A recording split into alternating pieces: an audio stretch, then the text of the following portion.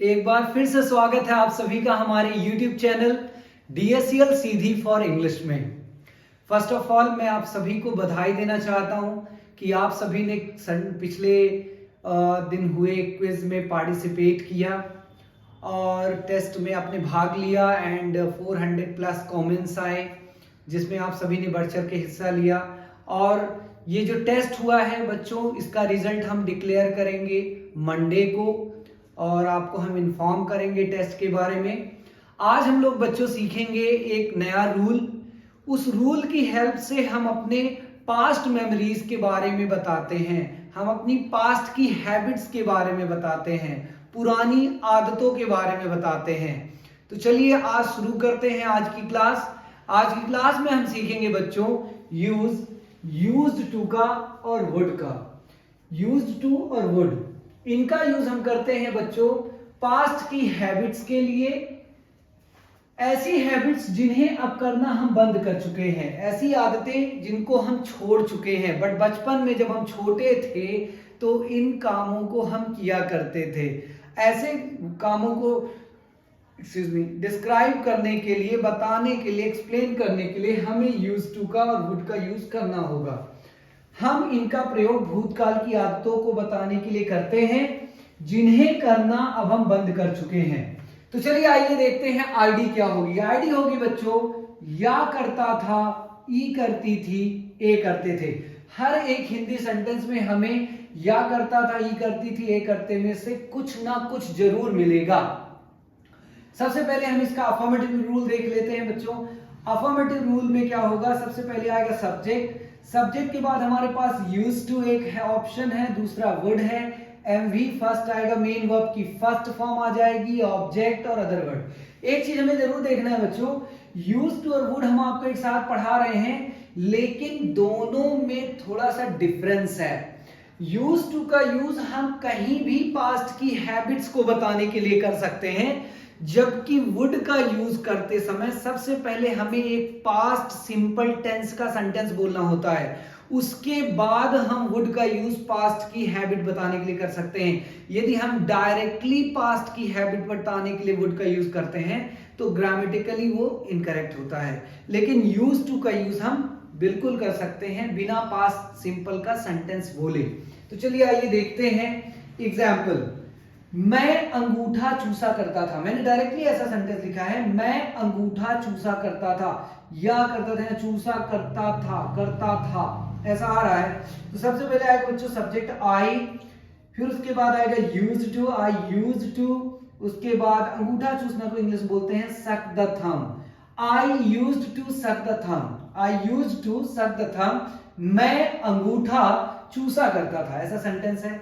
अगला सेंटेंस देखिए जो मैंने वुड की हेल्प से बनाया है बच्चों, इसके पहले हमें एक पास्ट सिंपल का सेंटेंस बोलना होता है। जब मैं छोटा था, जब मैं छोटा था मैं चॉकलेट के लिए रोया करता था। यहां हम यूज टू का भी यूज कर सकते हैं लेकिन वुड का यूज भी हम कर सकते हैं, लेकिन वुड का यूज हम इस सेंटेंस में यदि करना चाहें यूज टू की जगह तो वो गलत हो जाएगा।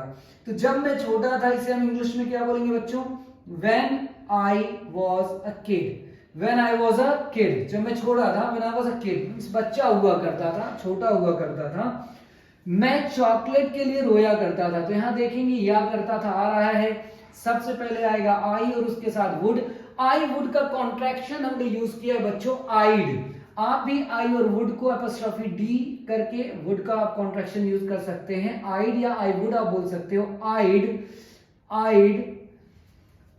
क्राई फॉर द चॉकलेट, रोना को इंग्लिश बोलते हैं क्राई, चॉकलेट्स के लिए for the chocolates. When I was a kid I'd cry for chocolates, when I was a kid I'd cry for the chocolates. जब मैं छोटा था मैं चॉकलेट्स के लिए रोया करता था। आई थिंक इन सेंटेंसेस को देख करके आपको भी आपके बचपन की याद आ रही होगी कि हाँ ऐसा कुछ मैं किया करता था। अब इसका नेगेटिव रूल देखते हैं बच्चों। अब देखिए मैंने नेगेटिव जो है और बाकी के फॉर्म्स बच्चों यूज टू का बस यूज किया है।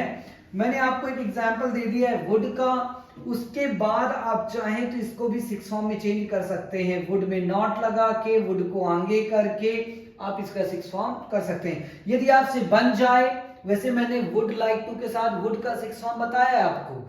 आप चाहें तो उस रूल को देख करके, वो पुराना वीडियो देख करके जो वुड लाइक टू पे बना है, वहां आप वुड का 6 फॉर्म वहां है, वहां से आप देख करके इसका 6 फॉर्म करिएगा।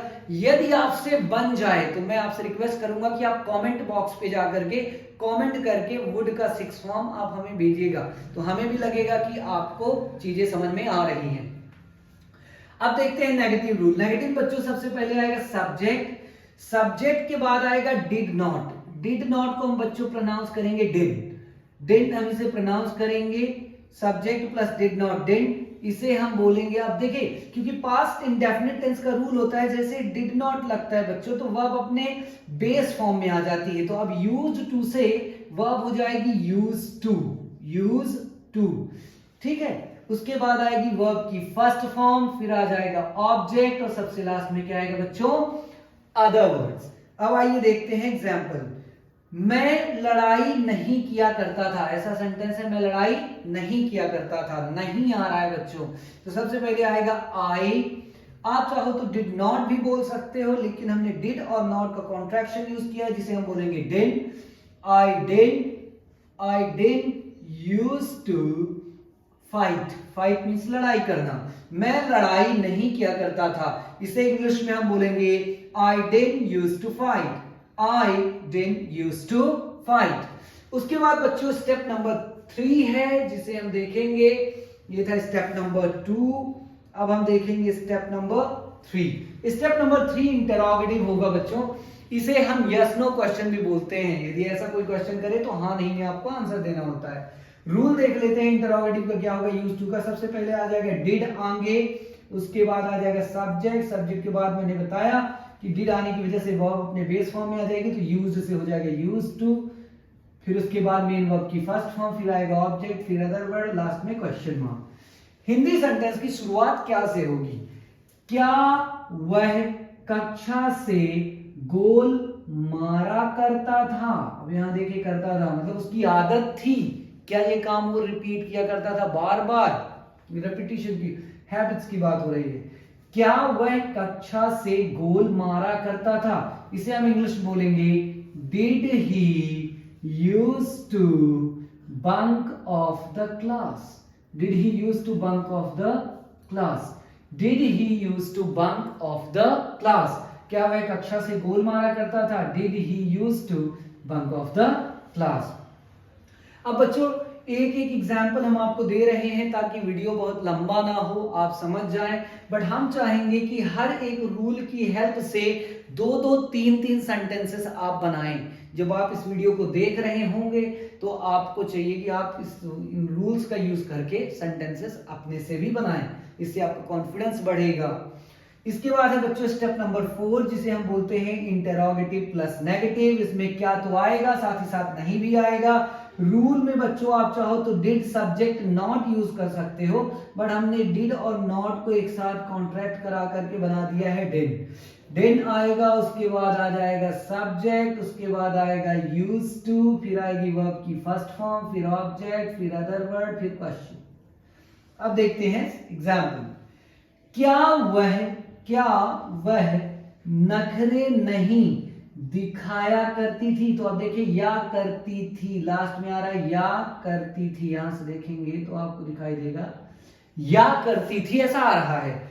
क्या वह नखरे नहीं दिखाया करती थी, तो क्या तो आ ही रहा है, नहीं भी आ रहा है, तो सबसे पहले डिड नॉट को हम आगे ऐसे कर देंगे, बोलेंगे डिड, यहां आ जाएगा बच्चों या करती थी, तो ये हो जाएगा शी, क्या हो जाएगा शी, डिड शी। उसके बाद आएगा use to, did she use to show the tantrums, means होता है बच्चों नखरे दिखाना, शो द टेंट्रम्स मीन्स होता है नखरे दिखाना, शो मीन्स दिखाना, टेंट्रम्स मीन्स होता है नखरे, तो शो द टेंट्रम्स मीन्स हो जाएगा नखरे दिखाना। Did she use to show the tantrums, did she use to show the tantrums. क्या वह नखरे नहीं दिखाया करती थी, क्या वह नखरे नहीं दिखाया करती थी। नेक्स्ट बच्चों देखेंगे स्टेप नंबर 5 है डबल इंटरोगेटिव। डबल इंटरोगेटिव किसका सीख रहे हैं बच्चों, यूज टू का। सबसे पहले आ जाएगा डब्ल्यूएच फैमिली, WH फैमिली के बाद आ जाएगा बच्चों डिड, डिड के बाद आ जाएगा सब्जेक्ट, सब्जेक्ट के बाद यूज्ड टू के बाद MV फर्स्ट, उसके बाद ऑब्जेक्ट, फिर अदर वर्ड और सबसे लास्ट में क्वेश्चन मार्क, है ना। अब देखेंगे सेंटेंस देखते हैं।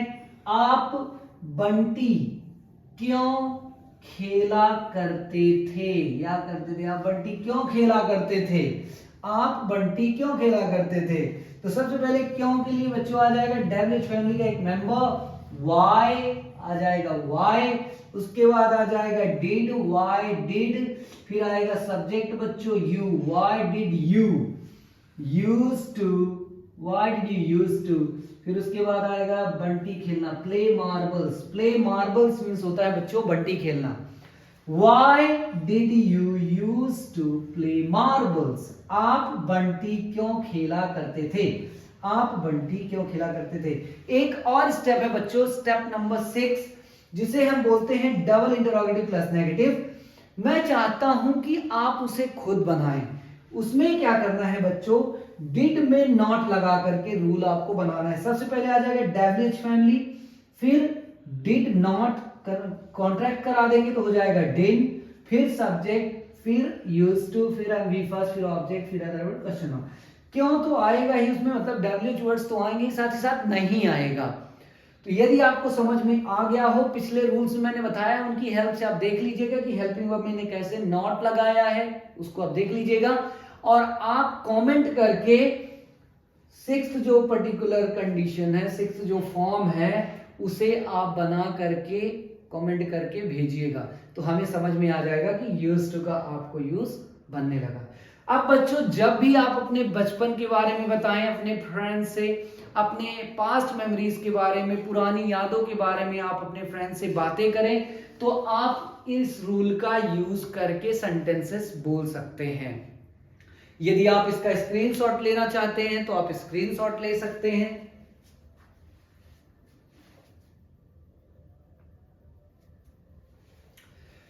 मैं आशा करता हूं बच्चों कि आपको जो भी वीडियोस हम यहां से बना करके आपको दे रहे हैं, आपको अच्छे से समझ में आ रहे होंगे। हम कोशिश करते हैं कि सारी चीजें हम हिंदी टू इंग्लिश आपको बताएं, हिंदी के जरिए इंग्लिश बोलना सिखाएं, क्योंकि हिंदी हमारी मातृभाषा है तो हमें लंबे समय तक भूलती नहीं है।